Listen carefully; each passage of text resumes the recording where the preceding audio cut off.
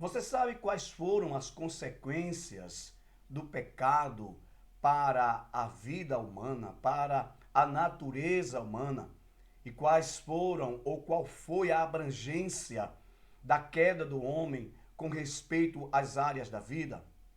Este assunto nós iremos estudar nesta terceira lição da Escola Bíblica Dominical, publicada pela CPAD, que tem como título O Corpo e as Consequências do Pecado. Eu sou o professor Júnior Mendes e neste vídeo quero estudar com você esta lição para sabermos quais foram as consequências trazidas pelo pecado e se isso tem remédio, se houve de fato alguma providência para que isto fosse sanado. Na verdade prática da lição, o autor diz o seguinte: o pecado do primeiro Adão afetou o homem no corpo, na alma e no espírito. Ou seja, afetou o homem completamente, afetou a natureza humana de uma forma completa, afetou no corpo, afetou na alma e afetou também no espírito. Mas a redenção em Cristo, o último Adão, tem o poder de restaurá-lo plenamente. Então, da mesma forma que o pecado afetou o homem de uma maneira completa, a redenção de Cristo também restaura o homem de uma maneira completa. Então, veja só a introdução da lição. O autor diz o seguinte: o homem experimentou de forma imediata a separação espiritual de Deus, manifestada no senso de culpa e na reação à presença do Criador após a primeira transgressão, conforme está em Gênesis 3, do versículo 6 até o versículo 10. A Bíblia vai dizer que Deus, na virada do dia, chegava para conversar com o homem. Mas naquele dia, o homem havia transgredido, o homem havia pecado. E quando Deus chegou para, como costumeiramente fazia, ter este relacionamento de comunhão mútua com o homem que ele havia criado bom e perfeito, o homem correu e se escondeu da voz do Senhor que estava soando no jardim. E Deus perguntou: Adão, onde você está? E ele respondeu: eu ouvi a tua voz e tive medo e me escondi. Então, a partir desse texto, nós ficamos sabendo que a primeira reação do pecado, ou o primeiro efeito do pecado, ou a primeira área da vida humana, da natureza humana, que o pecado vai atingir, é justamente a alma, é justamente a parte espiritual, é justamente a parte da consciência, da razão, a parte em que o homem mantinha com Deus uma relação, uma ligação espiritual. O homem não morre imediatamente fisicamente, mas morre imediatamente espiritualmente. Então, quando o pecado chega, ele abrange o homem, ele atinge o homem de uma forma completa, e quando Deus aparece, logo isso é sentido na parte espiritual, porque agora o homem estava cortado desta relação. O homem estava cortado desta comunhão por causa da presença do pecado. Porque todos pecaram, como diz o texto de Romanos 3:23, e destituídos ficaram da glória de Deus, ou seja, perderam esta comunhão, cortou-se esta comunhão.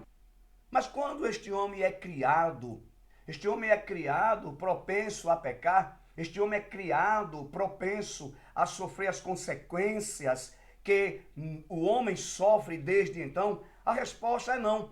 Deus cria o homem perfeito, Deus cria o homem dotado de perfeição, portanto, bom. O escritor da lição nos diz aqui no primeiro tópico, que tem como assunto da perfeição a morte, ele vai mostrar essa transição, que Deus fez o homem perfeito, mas o homem pecou, o homem transgrediu e, portanto, morreu. O autor diz o seguinte: além da perfeição fazer parte da natureza humana, ou da natureza divina, perdão, porque Deus é perfeito, absolutamente perfeito, a Bíblia vai atestar isso. O próprio Deus, após a criação do homem, ele certifica-se, ele certificou a qualidade de sua obra. Como? Ele diz: eis que era muito bom. O próprio Deus diz isso. O próprio Deus olha para aquilo que ele faz e diz: é muito bom, é perfeito. Havia plenitude de vida no primeiro casal. Adão e Eva viviam em completa harmonia com Deus, consigo mesmo, entre si e com a natureza. Não havia problemas, não havia defeitos, não havia falha. Havia plena comunhão, havia plena satisfação. O homem estava em plena satisfação com Deus, consigo mesmo e com o seu semelhante. Tudo era perfeito, até que este homem transgrediu, até que este homem pecou. E quando ele peca, mesmo após tendo sido advertido por Deus, as consequências dos seus pecados, ou do seu pecado, da sua queda, logo é sentida, logo é manifestada. No segundo subtópico do primeiro tópico, o autor vai trazer a respeito do pecado e dor, a relação do pecado e da dor, da relação que a dor tem com o pecado, dizendo o seguinte: o pecado trouxe a incômoda experiência da dor, provocando ou provocada por fatores espirituais, emocionais e físicos. Veja, o pecado não atingiu apenas o corpo, ele atingiu o espírito e atingiu a alma. Isso é perceptível. Todas as pessoas sofrem, tanto no corpo, como na alma, como no espírito. Existem enfermidades para o corpo e existem enfermidades que vão atingir exatamente as emoções, o intelecto, a parte psicológica do ser humano. E isso é consequência do quê? Consequência do pecado, consequência da queda. Continuando, ele diz assim, olha, um complexo de alterações que vão da perda da comunhão com Deus e da restrição à árvore da vida, a vivência em um ambiente agora adverso, amaldiçoado por causa da transgressão de Adão. Em meio a tudo isso, o corpo passou a padecer e a se degenerar até cumprir a sentença final. Você vai retornar ao pó, ou seja, o retorno ao pó. Deus diz a Adão, porque tu és pó e ao pó tu tornarás, tu retornarás ao pó. Então, esse pecado que atinge o homem, num primeiro momento, na parte espiritual, quebrando a comunhão, vai atingi-lo, consequentemente, na parte física. O homem agora vai experimentar enfermidades, o homem agora vai experimentar tragédias, o homem agora vai experimentar as adversidades também do próprio mundo, da própria natureza, porque o pecado também atinge o cosmo. E este homem, com muita labuta, com muita dor, com muito sofrimento, vai agora viver fora do ambiente especial do jardim que Deus havia preparado para ele. Ele é expulso, aquele primeiro casal é expulso e passa a viver agora pelas suas próprias forças e condições e enfrentando a adversidade, até que a morte chega na casa de Adão. E Adão vê e experimenta a dor da morte, logo quando o seu filho Caim mata Abel. E ali ele presencia o retorno do homem ao pó, conforme Deus havia sentenciado. E depois de anos, porque Adão vai viver uma vida longeva, mas depois de anos o próprio Adão acabará também morrendo e retornando ao pó como uma consequência, como resultado da sua queda, do seu erro. Então, isso vai atestar exatamente essas consequências. E isso é experimentada por todas as pessoas, porque nós nascemos, nós crescemos e depois morremos. E isso vai mostrar que no decorrer da nossa existência nós vamos enfrentar coisas adversas, como enfermidades e a própria velhice. O autor diz aqui no terceiro tópico, sobre velhice, autenticidade e gratidão, diz assim: hoje um novo transtorno tem sido diagnosticado, a chamada gerontofobia, um terrível e mórbido medo de envelhecer, que causa ansiedade e produz comportamentos incompatíveis com a idade. A Bíblia fala da velhice de uma forma natural, clara e direta, resultando ou ressaltando seu valor e honra. Enquanto isso, assiste-se a uma cultura de negação dessa fase da vida e começar pela rejeição da palavra velho. O autor está mostrando aqui que a velhice deve ser encarada como algo natural. Ela é consequência da queda humana, mas ela não precisa representar um terror, um pavor. Envelhecer bem deveria ser a preocupação de todas as pessoas. E envelhecer de maneira natural e encarar isto como um processo natural da vida também deveria ser um fator existente para todos nós. Acontece que muita gente tem pavor da velhice, tem medo da velhice. E a velhice com as suas consequências, porque inevitavelmente vai chegar a canseira, vai chegar o enfado, vai chegar as enfermidades de uma maneira mais forte, porque o corpo já não consegue reagir tão bem como reagia quando se era mais jovem. Mas isso não pode trazer pavor, não pode trazer terror, não pode trazer medo, porque este é um processo natural pelo qual passa todas as pessoas. Então o texto, inclusive, vai dizer que na velhice existe a honra, na velhice existe a experiência. Mas o escritor nos diz que hoje existe uma enfermidade ou uma espécie de transtorno chamada de gerontofobia, que é o pavor, que é o medo da velhice. E as pessoas não recebem isso de maneira natural. Não quer dizer que a pessoa, mesmo numa certa idade, não precisa se cuidar, não precisa se preocupar com a sua saúde, não precisa fazer, vez por outra, um check-up, não precisa fazer exercícios físicos. Não, não é nada disso. Isso precisa ser adotado como estilo saudável de vida. Mas é preciso encarar isto com naturalidade. Por quê? Porque isto é resultado da queda, isso é resultado do pecado, isso é resultado da transgressão do primeiro homem que passou a todas as pessoas. Porque o pecado de Adão se torna essa herança maldita que vai atingir a todas as pessoas e, consequentemente, todos que nasceram a partir de Adão carregam consigo a natureza pecaminosa. No segundo subtópico, o autor vai trabalhar sobre a responsabilidade humana. E ele vai dizer que o pecado fez com que o homem conhecesse agora também o mal. Porque, segundo o texto sagrado, antes da queda, aquele primeiro casal conhecia apenas o que era bom.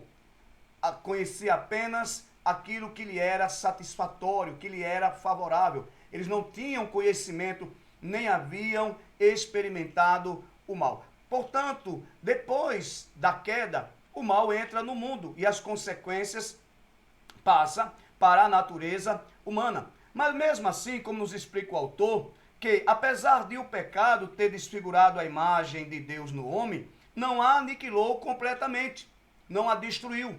Alguns ensinam que o homem perdeu ou ficou desprovido completamente da imagem de Deus. Mas a Bíblia revela outra coisa. A Bíblia diz que o homem continua como imagem de Deus. Mas é claro que por conta do pecado, este homem que ainda não foi regenerado, que ainda não foi salvo por Jesus, ele encontra-se no estado que a teologia chama de depravação total. Mas mesmo assim, este homem tem em si o que é chamado de livre-arbítrio. Um dos significados disso é que o ser humano continua dotado de livre-arbítrio, ou seja, de decidir em receber e abraçar o remédio que foi provido para ele por Deus através de Cristo na cruz, ou rejeitar esta oferta de salvação. Então, todas as pessoas têm livre-arbítrio para também fazer escolhas acertadas, mesmo possuidora de uma natureza caída, mesmo possuidora de uma natureza que inclina-se naturalmente para o mal, naturalmente para o pecado, inclina-se para o que é errado.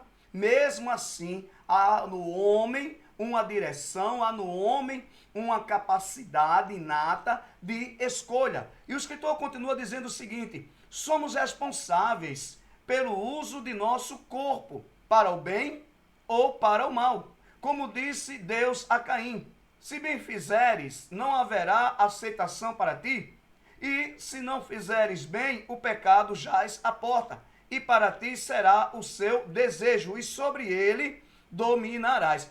Ou seja, mesmo a queda, mesmo sabedor e consciente das consequências do pecado, o homem não deixou de ter a responsabilidade perante aquilo que ele vai fazer ou deixar de fazer com o seu próprio corpo. É claro, e mais uma vez, que toda inclinação humana, como diz a palavra de Deus, é para o mal. Toda inclinação humana é para o pecado. Mas há em Deus, há em Cristo Jesus, uma escolha a ser feita.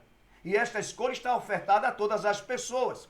Então, utilizar o corpo de maneira desregrada, de maneira pecaminosa, certamente trará maiores consequências à vida das pessoas. É preciso entender que nós somos livres para escolher vivermos de maneira sadia, de maneira saudável, de maneira correta ou de maneira pecaminosa. Apesar da imposição do pecado, ainda assim o homem é livre para fazer as suas escolhas. No segundo subtópico, ele diz que o sofrimento foi potencializado. O corpo também sofre impacto das transgressões que o ser humano pratica ao longo da vida, inclusive contra si mesmo. Essa potencialização do sofrimento decorre das obras da carne, da natureza pecaminosa. É a manifestação do espírito de inimizade contra Deus que Satanás, a antiga serpente, estilou no coração humano, ainda no Éden. Por quê? Porque o homem busca viver separado de Deus. E viver separado de Deus, o seu corpo, veja, o seu corpo, que muitas vezes é entregue ao pecado, por uma escolha própria do homem, que se entrega completamente ao pecado, sofrerá as maiores consequências, sofrerá a potencialização deste mal. Por exemplo, alguém que se entrega à bebida, alguém que se entrega aos vícios do cigarro, das drogas e de outras coisas, sofrerá maiores consequências no seu corpo. Alguém que vive uma vida de prostituição, alguém que vive uma vida degenerada, completamente entregue ao pecado, esse sofrimento será potencializado em sua vida. Alguém que não cuida da sua própria saúde, não cuida do seu próprio corpo, não se preocupa em cuidar de si mesmo, sofrerá de uma forma acelerada essas consequências. Então nós somos responsáveis por cuidar bem do nosso corpo. E somos mais responsáveis por aceitar de Deus a oferta para a redenção deste corpo, para a restauração não somente do corpo, da alma e do espírito. E é claro que a redenção completa, ela acontecerá nos fins dos tempos, quando Cristo vier buscar a igreja, quando acontecer a restauração de todas as coisas. Então o corpo do homem ficou abatido após o pecado. Mas isto não ficou sem remédio. Isto não ficou sem uma provisão de Deus para reparo, para reconstrução. E é isto que nós vamos estudar nesse terceiro tópico da lição, que diz do abatimento à glorificação. A doença, as enfermidades, ela é uma realidade na vida de todas as pessoas. Sejam elas salvas, sejam elas perdidas, estejam elas buscando viver uma vida de comunhão com Deus, estejam elas buscando viver de maneira pecaminosa, as doenças é uma consequência. É claro que, como nós dissemos no tópico anterior, como a pessoa vive, ou quando uma pessoa vive de maneira pecaminosa, ela acelera esses processos. Ela traz consequências potencializadas de enfermidades sobre a sua vida. Alguém que passa a vida viciado na bebida, tem a probabilidade de sofrer maiores consequências de enfermidades do que alguém que não bebe. Isto é um fato, isto é uma coisa natural de ser certificado. Mas, como está escrito na palavra de Deus, e o escritor traz aqui, ninguém está imune ou isento de sofrer. Sofrer o quê? Sofrer enfermidade. Nem mesmo os cristãos. Paulo menciona seu cooperador Timóteo, que deixara doente lá em Mileto. Paulo fala disso, inclusive aconselhando Timóteo que ele não bebesse somente água. Diz aqui, olha, não beba mais água só, mas usa também um pouco de vinho por causa do teu estômago e das tuas frequentes enfermidades. Registrando que mesmo o cristão, mesmo a pessoa que agora vive de maneira regenerada, de maneira restaurada, vive de maneira a buscar fazer a vontade de Deus, não está imune, não está isenta de sofrer as enfermidades, porque as consequências deste pecado, ou as consequências do pecado de Adão, do primeiro casal, elas não são anuladas imediatamente com a salvação ainda nesta vida. Somente quando o crente receber o corpo glorificado, ele estará completamente imune a toda a enfermidade, estará completamente isento de sofrer quaisquer consequências do pecado, porque não haverá mais pecado. A Bíblia diz que não haverá mais choro, não haverá mais dor, não haverá mais sofrimento, não haverá mais luto, não haverá mais morte. Então, na redenção de todas as coisas, na redenção final, quando o homem receber o corpo glorificado, o crente receber o corpo glorificado, não haverá mais espaço para nenhum tipo de sofrimento. Mas, enquanto estamos nesta vida, estamos sujeitos, estamos propensos, porque continuamos no corpo de pecado. A salvação nos livrou da condenação do pecado, está nos livrando do poder do pecado pela santificação, mas somente na regeneração, na restauração de todas as coisas, nós estaremos livres do corpo do pecado. Mas como ainda estamos no corpo de pecado, ou no corpo do pecado, essas enfermidades também vão atingir os filhos de Deus. E várias personagens bíblicas, o próprio apóstolo Paulo, ele fala a respeito das suas enfermidades e de como Deus não curou. O próprio apóstolo Paulo vai falar também de outros companheiros que sofreram enfermidades e que ele aconselha estas pessoas, estes homens, a cuidarem-se. A Bíblia vai falar a respeito de outra consequência do pecado da natureza humana, o enfado, a canseira. Com o passar do tempo, o corpo vai perdendo a capacidade, a força, e quanto mais a idade vai chegando ou o tempo vai passando, mas os efeitos do enfado e da canseira vai aparecendo. E mais uma vez, consequências do pecado do homem, da queda do homem, que passou a todos os homens. No segundo subtópico desse tópico 3, o escritor diz assim: limitações e fraquezas surgem ao longo da vida, alterando toda a estrutura humana. Ter consciência disso é importante para nosso autoconhecimento, como já vimos, mas é essencial também para uma convivência cristã, sem orgulho ou acepção de pessoas. Ricos e pobres são como a erva que seca e a flor que murcha e cai. É claro que nós devemos e podemos buscar viver de maneira saudável, fazer exercícios físicos, fazer caminhada, buscar fortalecer a musculatura. Isto faz parte também da mordomia cristã, como estudamos em outras lições. Cuidar do próprio corpo, cuidar da saúde, procurar repor vitaminas, isso faz parte de um processo natural e abençoado de viver-se. Mas isso não retarda, aliás, isso não impede, que com o passar do tempo o corpo não sofra as consequências do cansado e do enfado. É claro que estas coisas são irreversíveis por conta do pecado. Somente na restauração de todas as coisas que o homem experimentará esta vida saudável, ou esta vida completamente saudável, completamente restaurada perante Deus para toda a eternidade ou por toda a eternidade. Mas, como já dissemos, o salvo em Cristo aguarda a restauração deste seu corpo abatido. O salvo em Cristo aguarda o novo corpo, ou corpo glorioso que Deus tem reservado para todos aqueles que aceitaram e receberam a oferta da salvação. E o escritor vai tratar aqui no terceiro subtópico do tópico 3 a respeito de o corpo glorificado.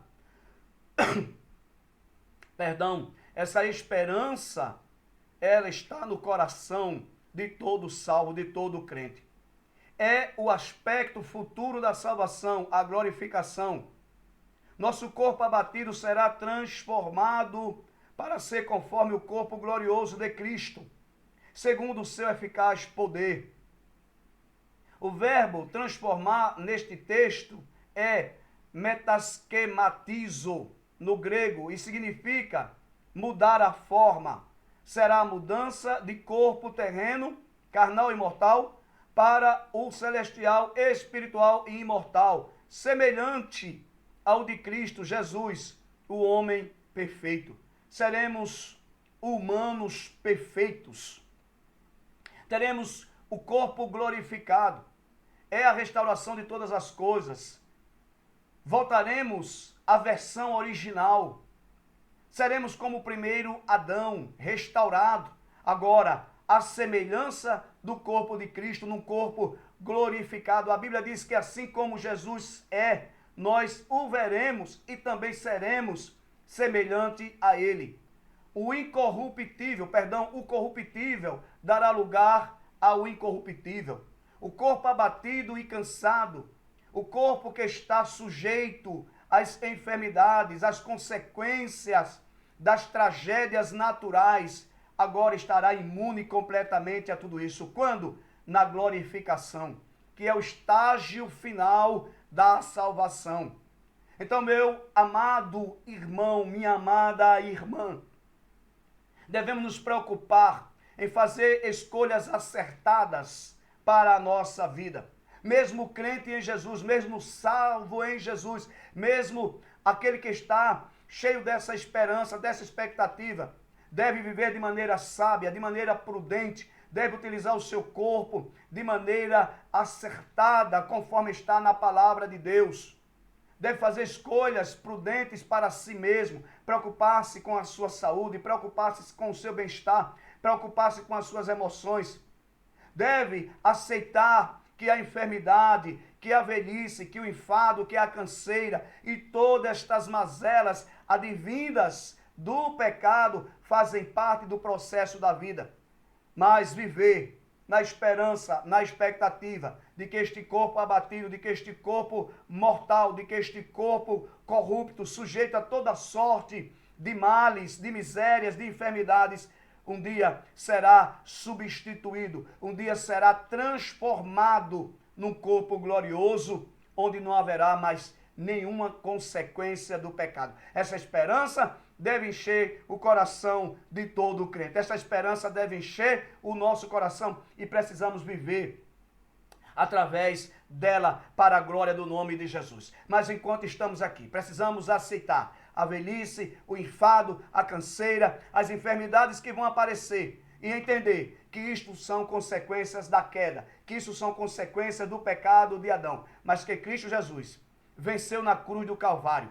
A Bíblia diz que ele levou sobre si todas as nossas enfermidades.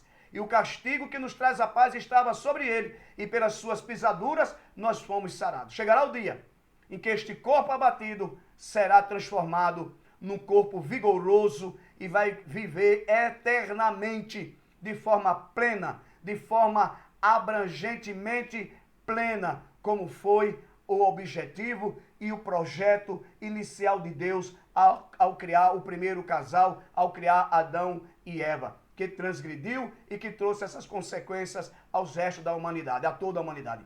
Mas o crente que aguarda os novos céus e uma nova terra, aguarda também um corpo glorioso. Esta é a minha esperança, essa é a tua esperança. E se alguém que nos assiste ou que me assiste não tem essa esperança, corra para Jesus, aceita a salvação em Cristo, porque os salvos estão esperando o dia em que este corpo do pecado será transformado no corpo glorioso para a glória eterna, para vivermos sempre diante de Deus. Se você ficou até aqui, eu quero pedir para que você compartilhe este vídeo com alguém que precisa ouvir esta palavra, que precisa ouvir esta explicação a respeito desse assunto. Que você curta, que você deixe aí um comentário, e se não for inscrito no canal, que você se inscreva e ative o sininho, porque semanalmente nós estaremos publicando vídeos com a explicação das lições da Escola Bíblica Dominical, publicadas pela CPAD, e também outros temas teológicos aqui. Se Jesus não voltar, até lá, até o próximo vídeo, em nome de Jesus.